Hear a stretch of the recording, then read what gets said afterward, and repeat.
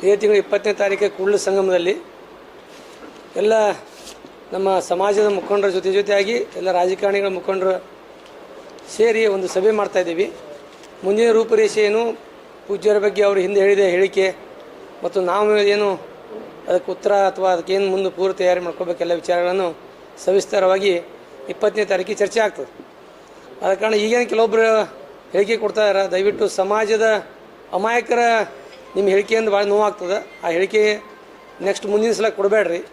ಯಾಕಂದ್ರೆ ಇಲ್ಲಿ ಒಬ್ಬರೇ ಮಾಡಲಿಲ್ಲ, ಸಮಾಜದ ಎಲ್ಲ ಕಟ್ಟ ಕಡೆ ಮನುಷ್ಯನು ಪ್ರತಿಯೊಂದು ಹೋರಾಟದಲ್ಲಿ ಮತ್ತು ಸತ್ಯಾಗ್ರಹದಲ್ಲಿ ಪ್ರತಿಯೊಂದು ಪಾಲ್ದಾರಿದ್ದಾರೆ. ನೀವು ಎಲ್ಲಿ ಇವತ್ತು ನೀವು ಸಮಾಜದಾಗ ತಲೆ ಎತ್ತಿ ತಿರುಗಾಡಬೇಕಾದ್ರೆ ಸಮಾಜದ ಪಾಲು ನಿಮ್ಮ ಐತಿ. ಸಮಾಜದ ಪಾಲದತ್ತೆ ನೀವು ಸಮಾಜದ ಒಂದು ಒಳ್ಳೆಯ ಹುದ್ದೆ ಅನುಭವಿಸೋಕೆ ಒಳ್ಳೆಯ ಹುದ್ದೆಗೆ ಬಂದಿರಿ. ಸಮಾಜದ ಜನ ಮಾತಾಡ್ತಾರೆ. ಇವೆಲ್ಲವನ್ನೂ ತಾವು ಗಮನ ಇಟ್ಕೊಂಡು ಇಲ್ಲೇ ಪ್ರೆಸ್ ಮೀಟ್ ಮಾಡುವಾಗ ಹೇಳಿಕೆ ಕೊಡುವಾಗ ಸ್ವಲ್ಪ ವಿಚಾರ ಮಾಡಿ ಹೇಳಿಕೆ ಕೊಡೋದು ವಿನಂತಿ ಮಾಡ್ತೀವಿ ಅಷ್ಟೇ. BM ಪಾಟೀಲ್ ಅವರು ಹಾಗೂ ಮಹಾನಗರ ಪಾಲಿಕೆ ಸದಸ್ಯರಾದಂಥ ಪ್ರೇಮಾನಂದ ಬರೋದವರು ಸುದ್ದಿಗೋಷ್ಠಿಯಲ್ಲಿ ಸಮಾಜದ ಕೆಲವೊಂದು ವಿಚಾರಗಳಂತ ಮುಂದೆ ಪ್ರಸ್ತಾವನೆ ಮಾಡಿದಾಗ, ಇದೇ ತಿಂಗಳು 20ನೇ ತಾರೀಕು ಕೂಡಲ ಸಂಗಮದ ಲಿಂಗಾಯತ ಪಂಚಮಸಾಲಿ ಸಮಾಜ ಪ್ರಥಮ ಜಗದ್ಗುರುಗಳು ಆದಂಥ ಬಸವಜಯ ಮೃತ್ಯುಂಜಯ ಮಹಾಸ್ವಾಮಿಗಳ ಸಾನ್ನಿಧ್ಯದಲ್ಲಿ ನಾವೆಲ್ಲ ಇಡೀ ರಾಜ್ಯ ಸಮಾಜದ ಪದಾಧಿಕಾರಿಗಳಾಗಿರ್ಬೋದು, ಲಿಂಗಾಯತ ಪಂಚಮಸಾಲಿ ಆಗಿರ್ಬೋದು, ಮಲೆಗೌಡ ಆಗಿರ್ಬೋದು, ಲಿಂಗಾಯತ ಗೌಡ ಆಗಿರ್ಬೋದು, ದೀಕ್ಷಾ ಲಿಂಗಾಯತರ ಎಲ್ಲ ಪದಾಧಿಕಾರಿಗಳ ಸಭೆ ಇದೇ ತಿಂಗಳು 20ನೇ ತಾರೀಕು ಕೂಡಲ ಸಂಗಮದಲ್ಲಿ ಸಾಯಂಕಾಲ 3 ಗಂಟೆಗೆ ಒಂದು ಸಭೆಯನ್ನು ಕರೆದಾರ ಶ್ರೀಗಳು. ಸಭೆಯ ಉದ್ದೇಶ ಹಿಂದೆ ಈಗಾಗಲೇ ಶಾಸಕರಂತ ಹುನಗುಂದ ಶಾಸಕರಾದಂಥ ಶ್ರೀಗಳನ್ನು ನಾವು ಪೀಠದಿಂದ ಹೊರಗೆ ಹಾಕ್ತೀವಿ ಅಂತೇಳಿ ಒಂದು ವಿಚಾರ ಪ್ರಸ್ತಾವ ಆದಾಗ ನಾವೆಲ್ಲರೂ ಸಭೆ ಸೇರಬೇಕಾಗ್ಯದ.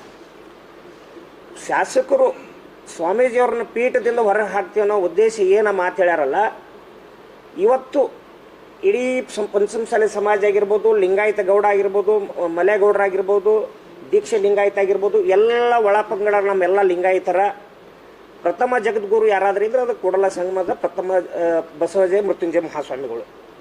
ನಾವೆಲ್ಲರೂ ಒಪ್ಕೊಂಡಿವಿ, ಪ್ರಥಮ ಜಗದ್ಗುರು ಅಂತ ಒಪ್ಕೊಂಡಿವಿ. ಅದು ಆದಿಯಾಗಿ ಶಾಸಕರ ಆದಿಯಾಗಿ ಎಲ್ಲ ಒಪ್ಕೊಂಡಿವಿ. ಇವತ್ತು ಸಮಾಜ ಯಾರಿಗಾದ ಅಂದ್ರೆ ಕಟ್ಟ ಕಡೆಯ ವ್ಯಕ್ತಿಗೂ ಕೂಡ ಅದೇ ಸಮಾಜ, ಇವತ್ತು ಶಾಸಕನಿಗೂ ಅದೇ ಸಮಾಜ. ಆದರೆ ಇಲ್ಲಿ ಬಸವನಗೌಡರಿಗೆ ಯಾಕೆ ನೀವು ಒತ್ತು ಕೊಡ್ತಾ ಇದ್ದೀರಿ ಅಂತೇಳಿ ಪ್ರಶ್ನೆ ಬರ್ತಾ ಇದೆಯಲ್ಲ. ಬಸವನಗೌಡರಿಗೆ ಅವನು ನಮ್ಮ ಸಮಾಜದ ಅವರೊಬ್ಬರ ಕಾರ್ಯಕರ್ತರು, ಸಮಾಜದ ಒಬ್ಬ ವ್ಯಕ್ತಿ. ಶಾಸಕರ ಅನ್ನೋದಕ್ಕಿಂತ ಸಮಾಜದ ಒಬ್ಬ ವ್ಯಕ್ತಿ. ಆ ಸಮಾಜದ ಒಬ್ಬ ವ್ಯಕ್ತಿಗೆ ಅನ್ಯಾಯ ಆದಾಗ ಶ್ರೀಗಳು ಮುಂದೆ ಬಂದಿದ್ದಾರೆ. ಅದಕ್ಕೆ ಹೋರಾಟಗಳ ಗುಂಪುಗಳ ಹೋರಾಟವನ್ನು ರೂಪರೇಷೆಗಳು ಹಾಕೊಳಕತ್ತಾರ. ಆದರೆ ಶಾಸಕರಿಗೆ ಅನ್ಯಾಯ ಆದಾಗ ಶ್ರೀಗಳು ಬಂದಾರಲ್ಲ, ಕಾಶ್ಯಪ್ನವ್ರಿಗೂ ಅನ್ಯಾಯ ಆದಾಗ ಅದೇ ಶ್ರೀಗಳು ಬರ್ತಾರ, ಇಲ್ಲ ಅಂತಲ್ಲ. ಕಾಶ್ಯಪ್ನವ್ರಿಗೂ ಅನ್ಯಾಯ ಆದಾಗ ಶ್ರೀಗಳು ಬರ್ತಾರ. ಆದರೆ ಇದೇ ಕಾಶ್ಯಪ್ನವ್ರು ಹಿಂದೆ ಏನು ಹೇಳಿದರು, BJP ಗೌರ್ಮೆಂಟ್ ಇದ್ದಾಗ, ಸರ್ಕಾರ ಇದ್ದಾಗ 2D ಮತ್ತು 2C ಕೊಟ್ಟಾಗ ನೀವು ಇದು ಅವಾಗೇನು ಹೇಳಿದ್ರು, ನಾವು ಬಾರ್ಕಲ್ ತೊಗೊಂಡು ಸರ್ಕಾರಕ್ಕೆ ಚಾಟಿ ಬೀಸ್ತೀವಿ ಅಂತ ಹೇಳಿದ್ರು. ಇವತ್ತು ಅವನು ಬಾರ್ಕಲ್ ಎಲ್ಲದಕ್ಕೆ ನಾವು ಪ್ರಶ್ನೆ ಮಾಡ್ಬೇಕಾಗ್ಯದ. ಇವತ್ತು ಅವನದೇ ಸರ್ಕಾರ ಅದ, ಸಿದ್ದರಾಮಯ್ಯನವ್ರ ಮುಖ್ಯಮಂತ್ರಿಗಳಾರ.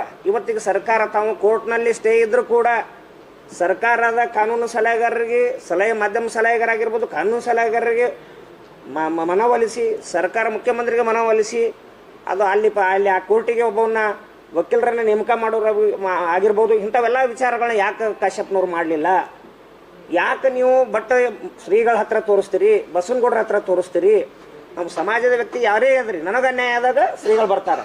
ಬಸವನಗೌಡರ ಅನ್ಯಾಯ ಅಷ್ಟೇ ಅಲ್ಲ, ಶ್ರೀಸೇನ ಮುಳುಜಿಗೆ ಅನ್ಯಾಯ ಆದರೂ ಕೂಡ ಸ್ವಾಮಿಗಳು ಬರಬೇಕಾಗಿದೆ. ಯಾಕಂದ್ರೆ ಸ್ವಾಮಿಗಳು ಇರೋದು ಎಲ್ಲ ಪಂಚಮಸಾಲಿಗಳು ಹಾಗೂ ಎಲ್ಲ ಲಿಂಗಾಯತ ಪಂಚಮಸಾಲಿಯ ಒಳಪಂಗಡಗೆ ಎಲ್ಲ ಸಮಾಜ ಬಾಂಧವರಿಗೆ ಪ್ರಥಮ ಜಗದ್ಗುರು ಪಂಚಮಸಾಲಿ ಶ್ರೀಗಳು.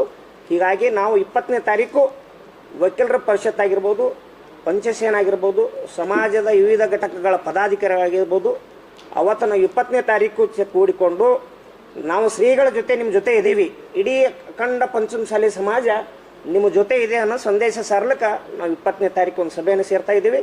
ಆ ಸಭೆಯಲ್ಲಿ ನಾವೆಲ್ಲ ಪದಾಧಿಕಾರಿಗಳು ಒಂದು ಚರ್ಚೆ ಮಾಡ್ತೀವಿ. ಏನು ನಾವೇನು ಪೀಠ ಹೊಸ ಪೀಠ ಆಗಬೇಕು ಅಥವಾ ಅವನಿಂದ ಆ ಟ್ರಸ್ಟಿಂದ ಹೊರಗೆ ಹಾಕಬೇಕು ಅನ್ನೋ ಉದ್ದೇಶ ಅವತ್ತು ನಾವು ಸಭೆಯಲ್ಲಿ ನಿರ್ಣಯ ಮಾಡ್ತೀವಿ ಅಂತೇಳಿ ತಮ್ಮ ಮಾಧ್ಯಮ ಮೂಲಕ ಹೇಳಿಕೆ ಇಚ್ಛೆ ಪಡ್ತಾ ಇದ್ದೀವಿ.